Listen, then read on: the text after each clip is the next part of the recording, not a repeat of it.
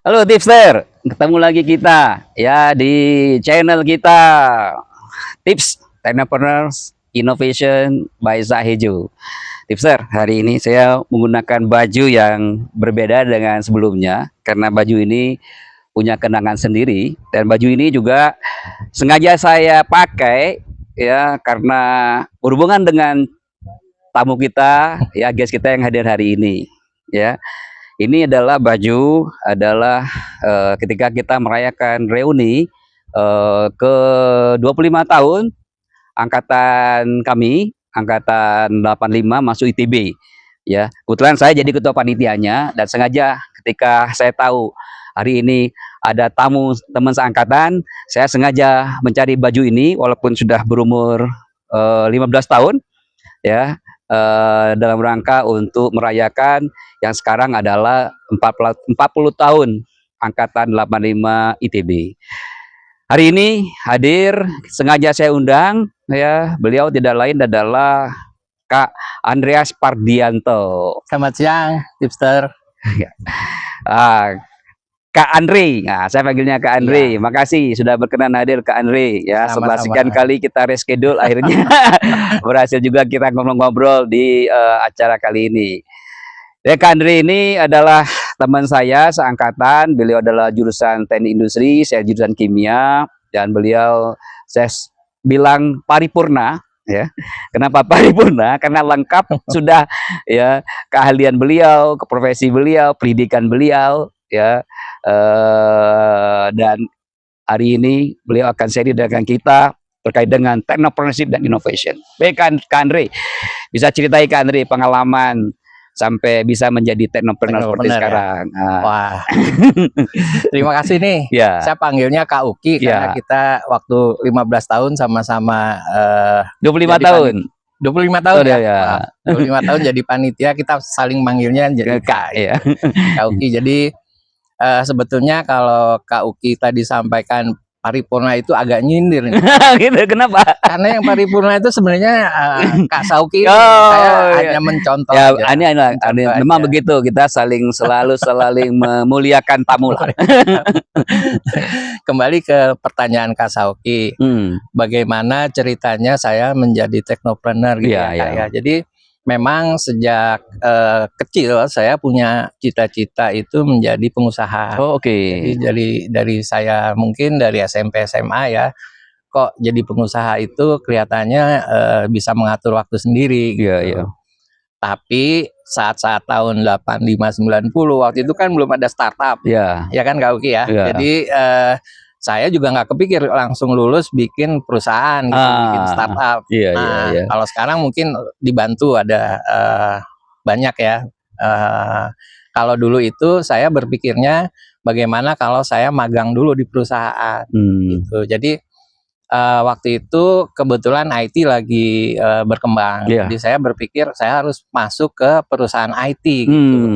Jadi lulus, saya mendaftar, alhamdulillah diterima waktu itu di perusahaan IT. Apa namanya? Dulu saya diterima di IBM. Oh, IBM pertama Indonesia, ya. IBM yang pertama. Itu tahun 90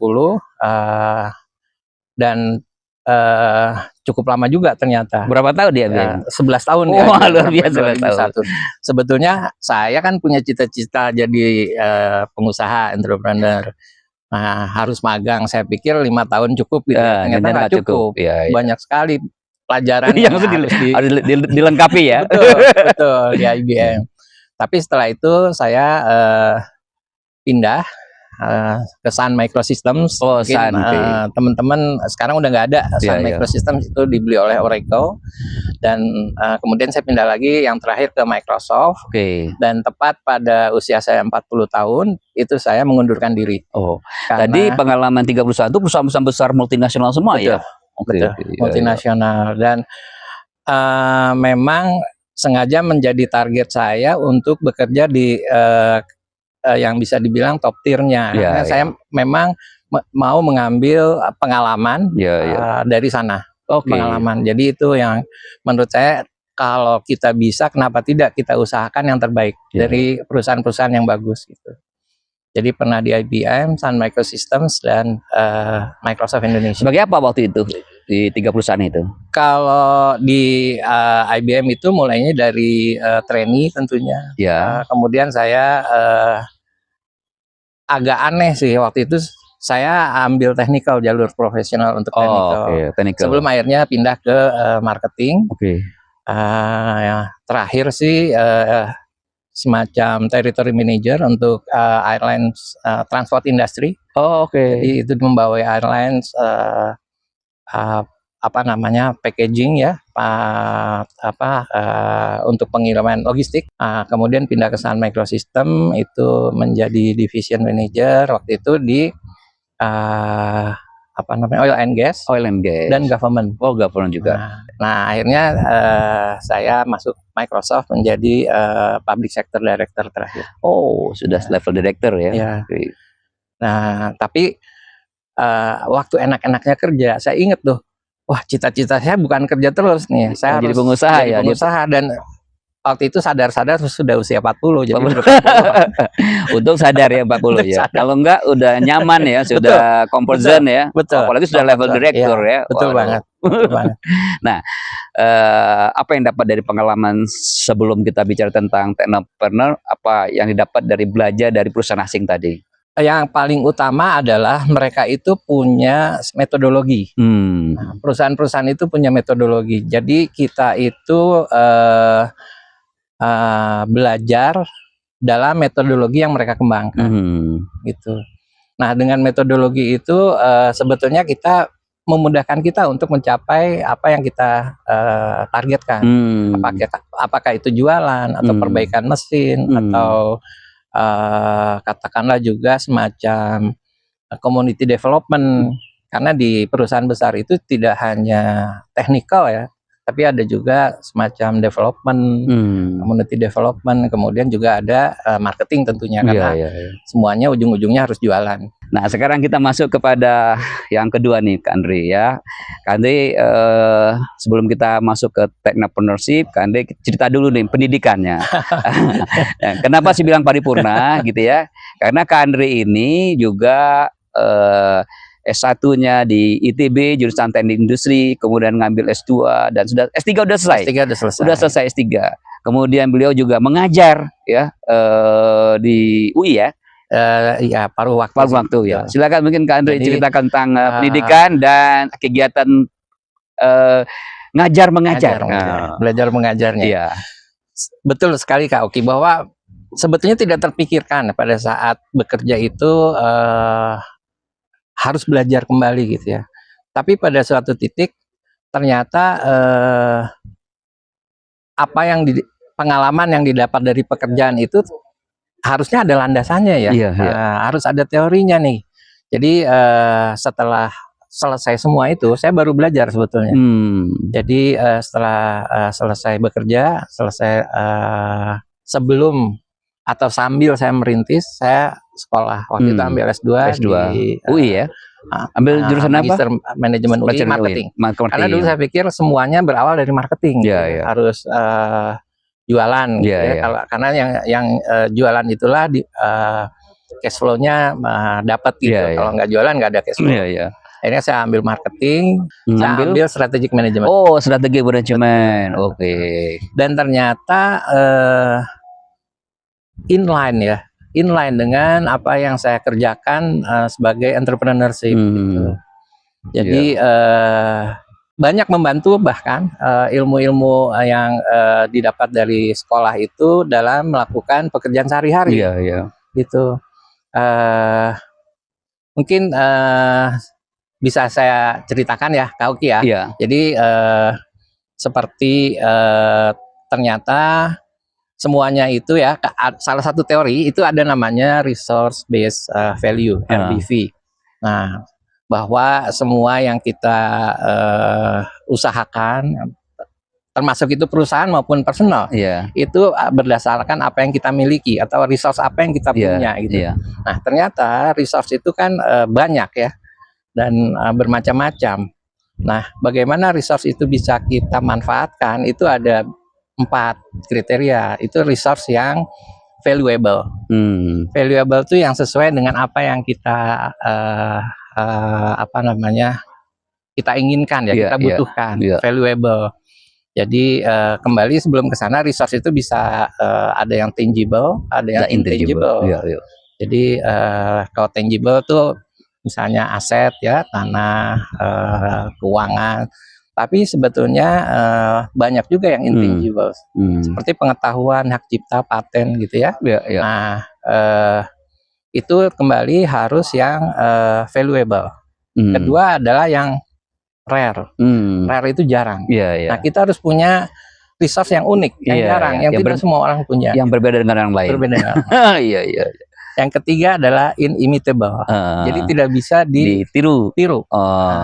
Susah ditiru orang lain. Betul. Iya, iya. Yang keempat, non substitutable. Tidak bisa disubstitusi orang lain.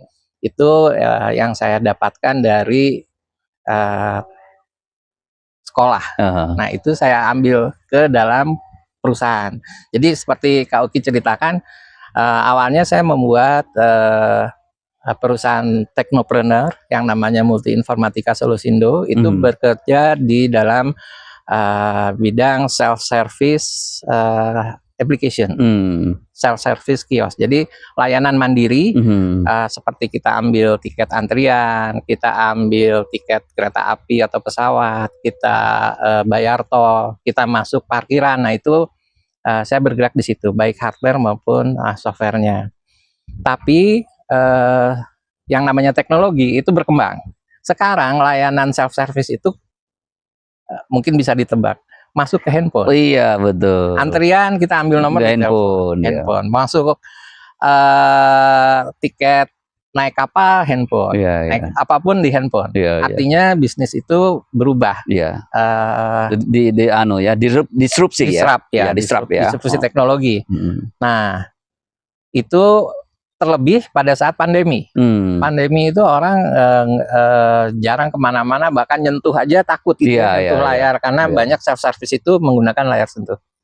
Nah, saya berpikir nih nggak boleh berhenti nih, kalau nggak berhenti kan perusahaan. Nah, saya berpikir yang tadi valuable, rare, inimitable, dan non-substitutable. Kelihatannya saya harus ganti nih bisnisnya, usahanya. Nah, usaha apa yang nggak pernah selesai, nggak pernah ada matinya gitu ya. Salah satunya adalah usaha untuk perjalanan ke Tanah Suci, yaitu haji dan umroh ya. Itu ada terus setiap tahun dan makin bertambah banyak. Sehingga saya membuat aplikasi yang membantu jamaah insya Allah untuk menjalankan perjalanan sucinya. Nah, aplikasinya itu berbentuk komunikasi dan koordinasi antara travel agent dengan jamaahnya. Gitu. Itu alhamdulillah selesai tahun lalu, baru diluncurkan awal tahun ini, dan sudah banyak yang menggunakan. Nama aplikasinya apa? Nama aplikasinya Jumat. Jumat ya. Karena waktu itu diresmikannya hari Jumat. Nah, apa hubungannya dengan yang tadi valuable, rare dan yang lain ya. Nah, yang membedakan aplikasi saya atau yang kami buat dengan yang lain itu, kalau dulu jamaah haji umroh itu tawaf sa'i itu mengikuti apa yang dibicarakan oleh mutawifnya. Jadi mutawifnya teriak diikuti. Mutawif ini adalah pemimpinnya. Pemimpin ya. Kalau dalam tawaf atau sa'i itu biasanya kita dibimbing, pembimbing untuk tawaf sa'i. Kemudian berkembang teknologi, ada yang namanya radio base. Tapi radio base banyak yang menggunakan, ada interferensi frekuensi, kemudian ada keterbatasan jangkauan. Nah, yang saya kembangkan ini menggunakan internet. Jadi tidak ada batasan. Sejauh apapun, sekarang juga jauh antara bahkan ada yang di lantai atas, itu kan jauh. Itu bisa masih bisa menggunakan komunikasi koordinasi dengan aplikasi Jumat. Nah, seperti itu Kak. Baik, tipster. Jadi Kak Andre ini ya bisnisnya ada dua ya. Satu adalah perusahaan yang bergerak di bidang kios dan pending ya. Kebetulan saya pernah mengunjungi pabriknya di Bandung, ya cukup besar pabriknya. Di kawasan Bandung itu Kak Andre memproduksi berbagai mesin kios, kemudian vending ya, seperti diceritakan tadi untuk aplikasi pemesan tiket, kemudian antrian, customernya ada beberapa seperti Telkomsel, ya, kemudian juga di bandara ya. Dan perusahaan itu masih jalan. Kemudian Kak Andre membuat perusahaan baru yang bergerak di bidang IT ya, aplikasi ya. Dan aplikasi disebutkan tadi aplikasinya adalah Jumat ya. Aplikasi ini untuk membantu jamaah umroh dan haji ketika mereka berkomunikasi dengan pembimbingnya ya. Betul. Kak Andre, nah bisa dilanjutkan Andre. Ya. Nah dari dua perusahaan itu dua-duanya masih jalan ya. Terus apa challenge-nya dari dua perusahaan ini? Challenge-nya tadi bahwa selalu ada disrupsi. Iya.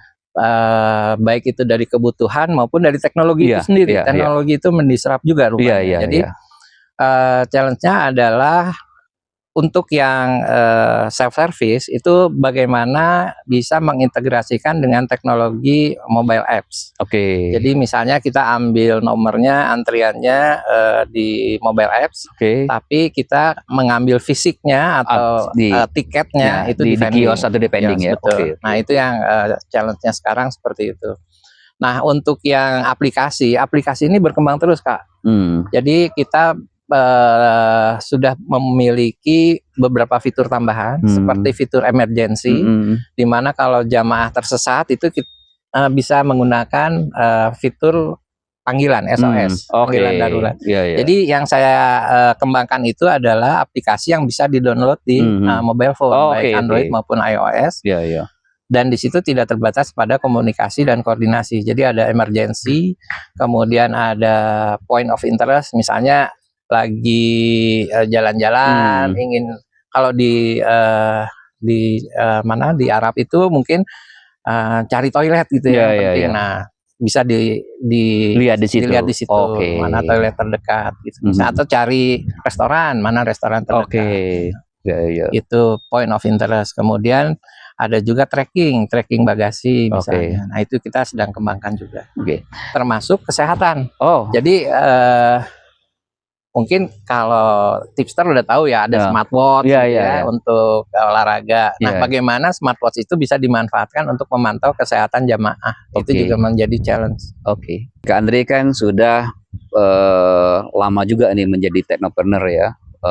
Kemudian masuk ke satu bisnis yang berbasis IT, teknologi, kemudian pindah ke aplikasi gitu ya. Kemudian aplikasinya udah masuk ke Jumuah tadi untuk membantu jemaah haji dan umroh.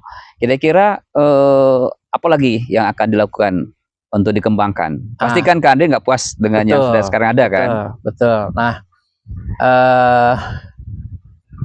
karena umur juga nih Kak Uki, karena umur juga memang organisasi atau perusahaan itu sudah dikerjakan dialihkan sebagian ke profesional. Sudah ada successornya ya, profesional ya. Betul. Jadi yang terutama yang multi informatika solusi karena yang solusi wisata kreatif ini masih baru dan ini masih berkembang terus. Saya melihatnya ke depan banyak opportunity baru, betul. Dan tidak terbatas untuk haji umroh, mungkin juga untuk wisata yang lain juga. Yang lain ya, untuk touring dan sebagainya. Nah, tapi saya sekarang juga tergerak untuk membantu petani sebetulnya. Keren ini petani ya. Kenapa? Karena saya melihat banyak sekali hasil bumi terutama di daerah-daerah di Indonesia yang nilai tambahnya kecil. Jadi bahkan sebelum panen mereka sudah diijon ya. Sayang. Nah, bagaimana caranya mereka itu bisa membuat nilai tambahnya lebih baik gitu. Nah, itu yang saya sedang bantu kerjakan, contohnya dengan petani vanili ya. Bagaimana cara mengeringkan vanili yang bagus supaya kadar vanilinnya tinggi, karbonnya rendah gitu ya. Untuk pengeringan. Nah, itu yang sedang saya kerjakan, tapi itu sebetulnya masih proyek pribadi ya, masih belum terorganisasi dengan baik itu. Nah, kenapa? Karena kembali saya sekolah di strategic management, di mana di situ ujung-ujungnya kreativitas. Nah, bagaimana kreativitas itu ditumbuhkan? Baik, Kak Andre, udah banyak cerita tentang bisnis gitu kan ya, tentang bisnisnya gitu kan ya. Nah, sekarang Kak Andre, kita cerita juga nih. Kak Andre ini kenapa saya bilang tadi paripurna, ya kan? Karena Kak Andre ya selain berbisnis, nggak banyak ya, tidak banyak pengusaha, entrepreneur yang dia menyiapkan waktu juga untuk mengajarkan orang lain, ya. Kemudian gak banyak juga entrepreneur gitu ya yang dia belajar gitu loh. Nah, ini yang kadang-kadang kesalahan mereka sudah puas dengan ilmunya. Atau juga banyak juga beberapa orang yang masih punya anggapan ya bahwa untuk menjadi pengusaha itu tidak harus belajar gitu loh. Nah, sementara Kak Andre ini sudah paripurna nih. Belajar sudah sampai S3, kemudian juga mengajar. Bisa ceritain apa kegiatan mengajarnya di mana aja, Kak Andre? Jadi sebetulnya untuk mengajar itu sudah lama, terutama sebelum COVID saya ada beberapa tempat untuk mengajar, terutama untuk mahasiswa S1 ya. Itu di Bina Nusantara, di Binus UI ya sendiri, ya, Binus ya, Binus, UI, pernah di Swiss German University. Oh, Swiss German University. Itu ya yang utama. Biasanya ngajar apa tuh? Waktu itu lebih ke pemasaran. Oh, pemasaran, marketing ya. Pemasaran. Nah, setelah COVID itu banyak online kan, Kak Uki. Nah, itu juga banyak yang berhenti untuk kuliah regulernya. Jadi saya sempat vakum, tapi saya ngajar secara online waktu itu. Nah, ngajar online yang sekarang itu di Institut Sains dan Teknologi Al-Kamal. Oh, Al-Kamal. Kenapa di situ? Karena nggak mau ada orang ngajar di situ gitu. Jadi saya kalau orang banyak mau ke sana, saya biasanya nggak mau, malah saya cari yang orang nggak mau ngajar di situ. Jadi terus terang sekolahnya ada semi pesantren juga. Di situ saya ngajar. Terutama untuk teknik industri, sistem informasi. Oh, mengajar sistem informasi. S1 ya? S1. Iya. S1. Baik. Nah, itu yang reguler. Tapi kalau untuk yang istilahnya yang asongan gitu ya, dosen asongan itu ada sih beberapa. Cuma memang lebih ke sosial ya. Iya. Kak Andre, kenapa Kak Andre menyiapkan waktu ya susah-susah ya untuk mengajar? Menarik nih pertanyaannya Kak Oki. Jadi dengan mengajar itu sebetulnya kita juga belajar. Yang pertama itu. Yang kedua, dengan kita belajar, kita juga bisa melakukan koreksi terhadap apa yang sedang kita lakukan. Jadi kita seperti contohnya saya ngajar sistem informasi gitu ya. Nah, ternyata ada katakanlah metodologi sistem informasi yang itu yang menjadi pegangan dalam saya membangun aplikasi Jumat, kira-kira gitu Kak Oki. Jadi sebetulnya timbal balik tuh Kak Oki. Ketika kita mengajar, kita juga belajar. Kita belajar. Dan dengan belajar itu kita bisa memperbaiki, mengkoreksi apa yang sedang kita lakukan tuh. Kira-kira Kak Andre dapat masukan nggak dari mahasiswanya bahwa pengajar yang berbasis profesional ya, kemudian aplikasi sehari-hari dengan pengajar yang basisnya murni akademis berbeda? Nah, itu betul sekali. Betul sekali. Jadi saya sangat mendukung bahwa pengalaman itu akan membuat pengajaran lebih hidup. Ya, lebih aplikatif. Karena apa? Karena contoh-contoh yang diberikan itu contoh-contoh yang praktis. Iya, betul. Saya juga seperti tadi ya, bahwa mendevelop aplikasi, mengembangkan aplikasi, saya juga bisa ngajarin tuh ke murid-murid menggunakan apa, no code atau low code yang sekarang. Nah, seperti itu karena saya make gitu, jadi saya bisa memberikan tipsnya kurang lebih gitu. Daripada saya hanya baca, kemudian saya ajarkan, tapi saya nggak ngerti itu sebetulnya buat apa gitu. Nah, termasuk juga marketing ya. Marketing itu juga menarik. Jadi banyak sekali tips marketing sebetulnya, dan itu tidak ada di buku. Betul. Baik, tipster. Nah, kenapa juga saya tambahan satu lagi paripurna dari Kak Andre adalah ya bukan saja sebagai entrepreneur, kemudian juga pendidikannya juga tinggi, kemudian mengajar. Tapi ada satu lagi yang melengkapi daripada seorang entrepreneur adalah kegiatan sosial, ya. Kegiatan sosial yang bisa berbagi kepada orang lain. Kak Andri bisa cerita apa kegiatan sosial yang dilakukan? Ini teman-teman nah, Kak Andri, kita ngopi dulu nih, ya, dari siapa kopinya? Sama gorengannya mana? Ya, ini kopi nih Kak Andri. Ya, sambil ngopi dulu. Sambil nunggu dingin. Ya, silakan Kak Andri. Jadi ya kegiatan sosial ya, kalau saya tercetusnya begini, kalau perusahaan itu punya yang namanya CSR, CSR ya, Corporate Social Responsibility. Sementara saya tuh sebagai pribadi personel harusnya punya juga gitu, yang saya namakan PSR, Personal Social Responsibility. Oh, okay. Jadi pertama saya ngajar itu kebanyakan memang pro bono ya, jadi sebagai narasumber, sebagai mentor bahkan saya dengan senang hati saya bantu. Kemudian kedua adalah organisasi. Jadi saya ada organisasi yang namanya masyarakat MIKTI, teknologi informasi ya. Itu saya juga sempat bergabung di situ, sampai sekarang masih sebetulnya, tapi saya nonaktif. Kebetulan sekarang lebih banyak bantu untuk memasarkan produk ya, ke produk-produk IT itu ke luar negeri sebetulnya, bantu teman-teman. Kemudian di lingkungan ITB sendiri mungkin Kak Sauki tahu masih ada yang namanya CDFT, Creativity Days for Teachers. Ini adalah kegiatan sosial ITB 85 nih khusus. Karena dulu sempat ramai juga mau bikin apa nih ITB 85. Nah, akhirnya kita pilih kegiatan sosial yang bersifat mengajar kreatif. Mengajar kreatif kepada guru-guru PAUD ya. Jadi kreativitas itu ternyata bisa diajarkan. Ini nggak jauh-jauh sih, balik-baliknya kreativitas lagi. Karena kreativitas itu dasarnya dari inovasi kan.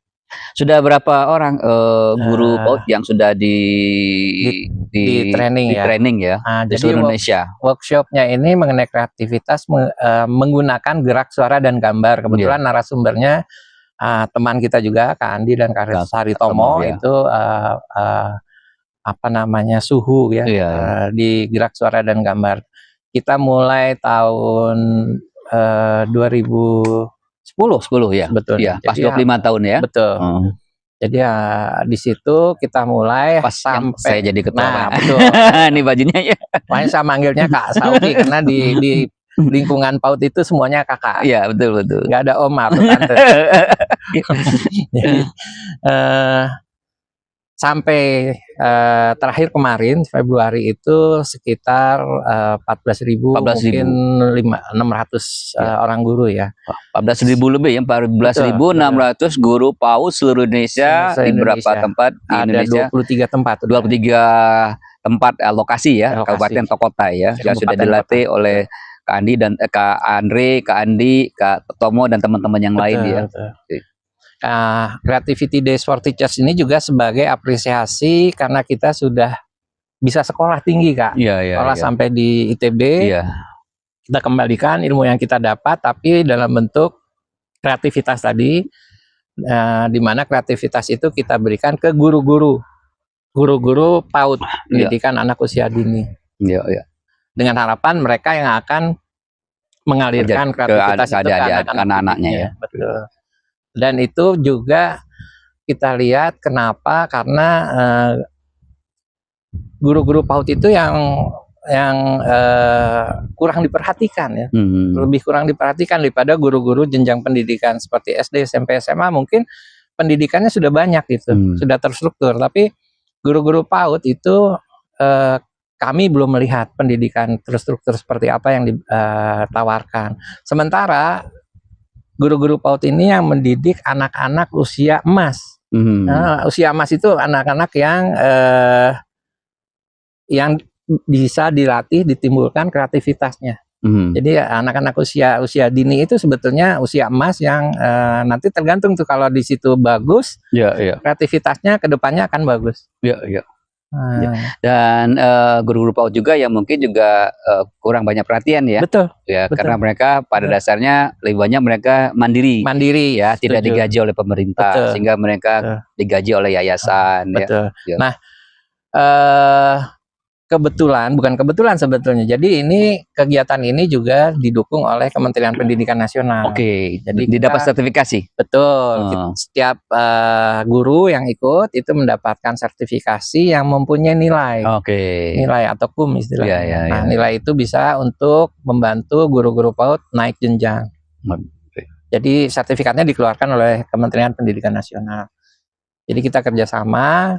Itu yang bagusnya bahwa kegiatan ini bersifat nasional di bawah naungan Kementerian Pendidikan Nasional dan mengeluarkan sertifikat. Baik, Tipster. Nah, kita sudah di ujung. Sebelum kita akhirin diskusi kita, sharing kita hari ini, nah kita minta tanggapan dari Kak Andre. Kak Andre, apa nih masukan untuk stakeholder ya, terutama misalnya adalah anak-anak muda yang masih ragu-ragu mau melakukan menjadi technopreneur ya, kemudian apa kira-kira pesan untuk mereka? Untuk teman-teman tipster nih yang ingin menjadi technopreneur, menjadi entrepreneur, pertama jangan ragu-ragu. Jangan ragu-ragu. Mesti confirm. Dan itu harus diniatkan. Lebih cepat lebih baik. Lebih cepat lebih baik. Karena apa? Karena sarananya sekarang itu banyak sekali. Katakanlah kita bisa belajar dari internet, dari podcast seperti ini kita bisa belajar. Jadi teman-teman bisa memilih yang sesuai dengan tujuannya, dengan apa yang teman-teman inginkan. Misalnya bidang apa yang teman-teman inginkan itu bisa dimulai. Bahkan nggak harus menunggu selesai sekolah sekarang. Sambil kuliah pun bisa.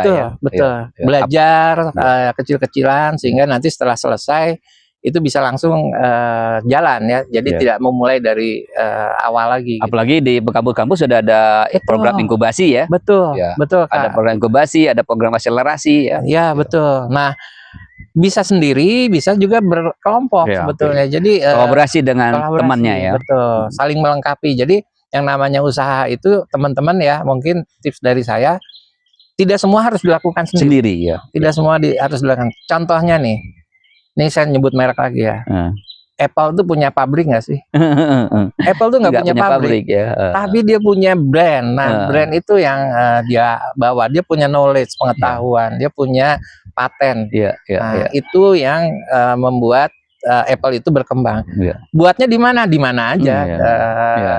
Buat produknya gitu. Itu kira-kira. Jadi teman-teman nggak perlu berpikir yang namanya entrepreneur itu dari A sampai Z itu dilakukan sendiri. Tapi teman-teman punya tadi keunikan sendiri yang rare tadi. Apa keunikannya? Misalnya knowledge, pengetahuan. Itu yang teman-teman punya yang tidak bisa diikuti oleh orang lain. Nah, itulah yang teman-teman manfaatkan untuk sebagai entrepreneur. Minum dulu Kak Andre, mumpung sudah dingin nih. Makasih Kak Oki. Baik Tipster, cukup banyak waktu ya yang sudah kita diskusikan. Ya tentu waktunya nggak cukup sebenarnya. Banyak sekali sebetulnya. Tadi kita sudah ngobrol panjang lebar dengan Kak Andre ya. Kemudian apa yang disampaikan tadi mudah-mudahan bisa menjadi referensi, benchmarking untuk tipster semua. Kita berdoa supaya Kak Andre walaupun sudah kalau menjadi seorang profesional udah pensiun gitu ya. Tapi kan sekarang jadi entrepreneur tidak pensiun ya, karena Kak Andre juga bisa menjadi investor ya. Perusahaan tetap jalan, kemudian Kak Andre juga bisa mengembangkan bisnis baru ya. Baik tipster, cukup sudah waktu kita hari ini bersama Kak Andreas Pardianto ya, seorang entrepreneur yang multi talents, kemudian memiliki paripurna di bidang bisnis, kemudian juga belajar, mengajar, dan kegiatan sosial. Mudah-mudahan ini menjadi referensi untuk kita semua. Kita tutup. Assalamualaikum warahmatullahi wabarakatuh.